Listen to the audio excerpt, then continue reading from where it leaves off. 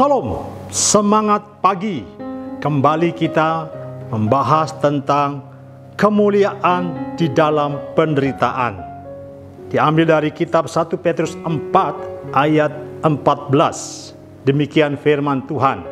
Berbahagialah kamu jika kamu dinista karena nama Kristus, sebab roh kemuliaan, yaitu roh Allah, ada padamu.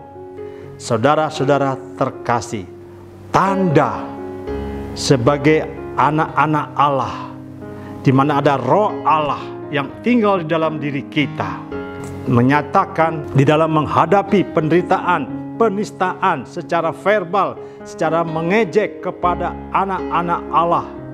Firman Tuhan berkata, berbahagialah kamu. Mengapa dikatakan berbahagia? Karena roh Allah itu nyata dalam diri kita. Wow, ini menyatakan bahwa kita sebagai anak-anak Allah, orang-orang yang dewasa di dalam Tuhan, menyingkapi setiap pengalaman, konflik, penderitaan, aniaya. Firman Tuhan berkata, berbahagialah kamu. Kalau kita baca di terjemahan sederhana Indonesia, demikian firman Tuhan. Kalau ada orang yang menghinamu karena kamu mengikut Kristus, terimalah itu sebagai berkat dari Allah. Terimalah itu sebagai berkat dari Allah. Sebab hinaan orang itu merupakan tanda, bukti bahwa kemuliaan roh Allah ada bersamamu. Jadi, Kristus dipermuliakan olehmu meskipun dia dihina oleh mereka. Dunia tidak mengenal kita, dunia tidak mengenal Yesus. Akan ada banyak aniaya, cemohan dari sekitar kita kalau kita hidup dalam kebenaran firman Tuhan.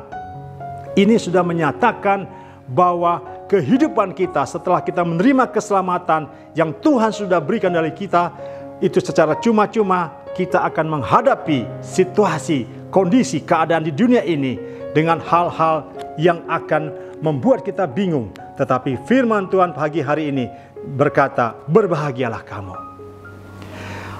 Yang menjadi pikiran kita atau menjadi persoalan dalam diri kita, kalau kita sudah tahu kebenaran, tetapi kita masih melakukan hal-hal yang tidak benar, seperti dikatakan di ayat berikutnya, kalau kamu menderita karena menjadi pembunuh, pencuri, penjahat, atau karena mencampuri urusan orang lain, kamu seharusnya malu.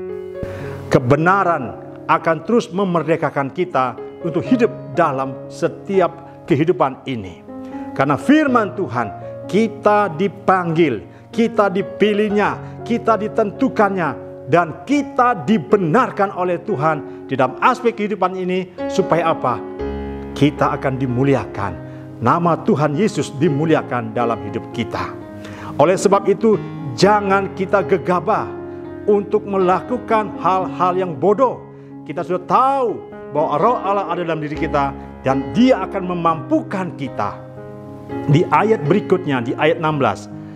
Namun, kalau kamu menderita karena menjadi orang Kristen, janganlah merasa malu. Sebaliknya, pujilah Allah karena kamu mendapat kehormatan itu. Kemuliaan di dalam penderitaan ini memberikan kita suatu kepastian bahwa Allah akan dimuliakan di dalam hidup kita.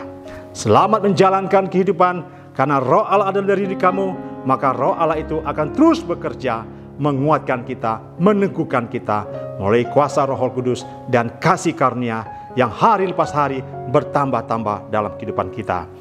Sama seperti Kristus, kita akan mengalami aniaya karena kebenaran. Berbahagialah. Tuhan Yesus memberkati.